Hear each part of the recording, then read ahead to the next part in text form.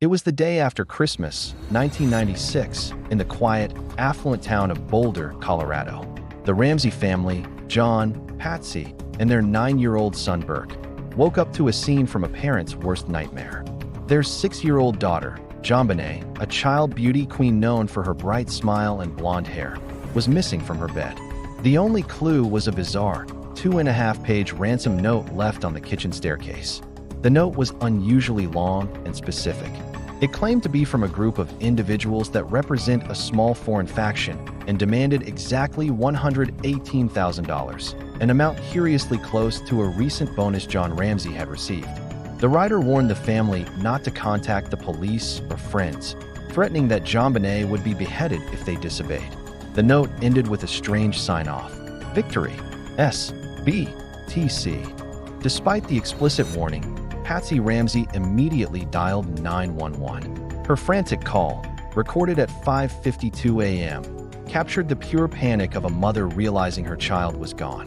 The police arrived shortly after, but from the very beginning, the handling of the crime scene was heavily criticized. Instead of securing the house, officers allowed friends and family to come and go, potentially contaminating crucial evidence. The house became a chaotic hub of activity, a far cry from the sterile environment needed for a proper investigation. For hours, the Ramseys and their visitors waited, hoping for the kidnappers' promised phone call. But the call never came.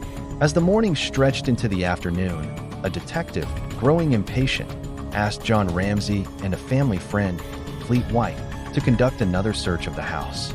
It was during this search, around 1 p.m., that John Ramsey made a horrifying discovery in the basement wine cellar. There, wrapped in her favorite white blanket, was the lifeless body of his daughter, JonBenét. The autopsy would later reveal she had been struck on the head with immense force, causing a skull fracture, and was then strangled to death. The kidnapping had been a hoax. JonBenét had never left the house. The discovery shifted the entire focus of the investigation. A kidnapping case had turned into a murder mystery, and the prime suspects were now the people inside the house: her parents, John and Patsy Ramsey, and possibly her older brother, Burke. The ransom note, once the central piece of evidence, was now viewed with deep suspicion. Forensic analysis suggested it was written on a notepad found inside the Ramsey home, using a pen from the house. The handwriting was compared to Patsy's, and while experts were divided, many saw striking similarities.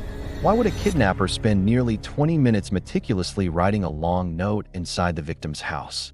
The media frenzy that erupted was unlike anything seen before.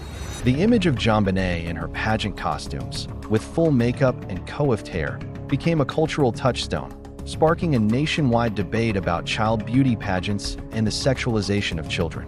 The Ramseys, a wealthy and prominent family, found themselves under an intense microscope. The day of the murder was scrutinized. They hired their own team of lawyers and public relations experts, and their initial reluctance to submit to formal police interviews only fueled public suspicion. Let's look at the main theories that emerged. The first, and the one that Boulder police seemed to favor, was the family intruder theory.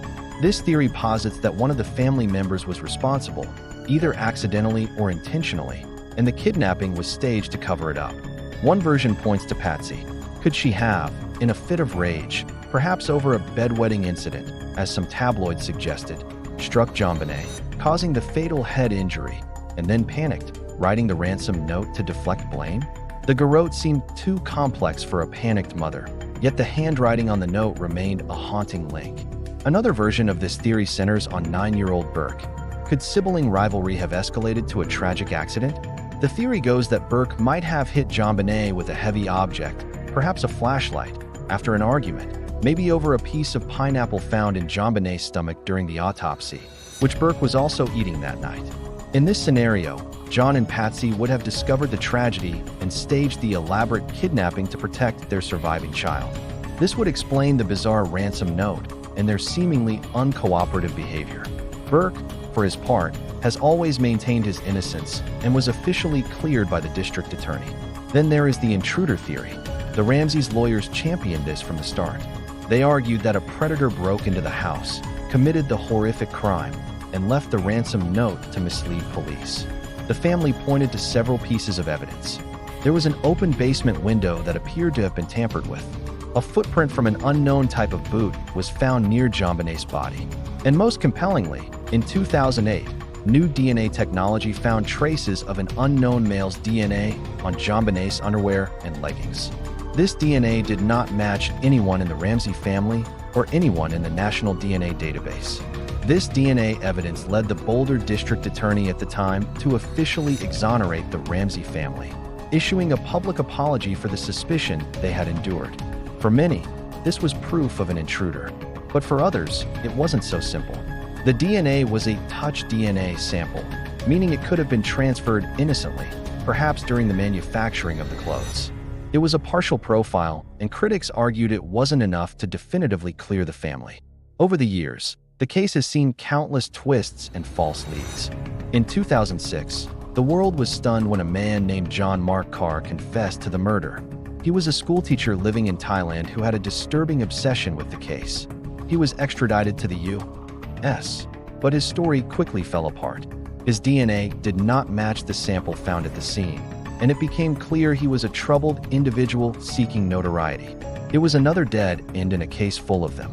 Patsy Ramsey died of ovarian cancer in 2006, never seeing justice for her daughter and passing away under a cloud of public suspicion, despite her fierce declarations of innocence. John Ramsey has continued to advocate for the case to be solved, urging police to use modern DNA testing on other pieces of evidence. Burke Ramsey, now an adult, gave a rare television interview in 2016, again denying any involvement and suing media outlets for implicating him. So where does that leave us? Decades later, the JonBenét Ramsey case remains one of America's most infamous cold cases. Was it a distraught mother who snapped? A jealous brother? Or a cunning predator who slipped in and out of the house unnoticed? Every piece of evidence seems to point in conflicting directions. The ransom note is too personal for an intruder, yet the DNA is too specific to ignore. The crime scene was a chaotic mess. The family's actions were puzzling, and the police investigation was flawed from the start. The truth is, we may never know what really happened in that Boulder home on Christmas night 1996. The case is a haunting puzzle with missing pieces, a story where every theory has compelling arguments and frustrating holes. It's a tragedy that left a little girl dead and a family shattered, forever enshrined in the dark annals of true crime history. The mystery of who killed JonBenét Ramsey continues to captivate and horrify, a chilling reminder that sometimes the most terrifying monsters are the ones we can't identify. Thanks for watching. If you found this case as fascinating as I do, be sure to hit that like button and subscribe for more deep dives into history's most compelling mysteries. See you next time.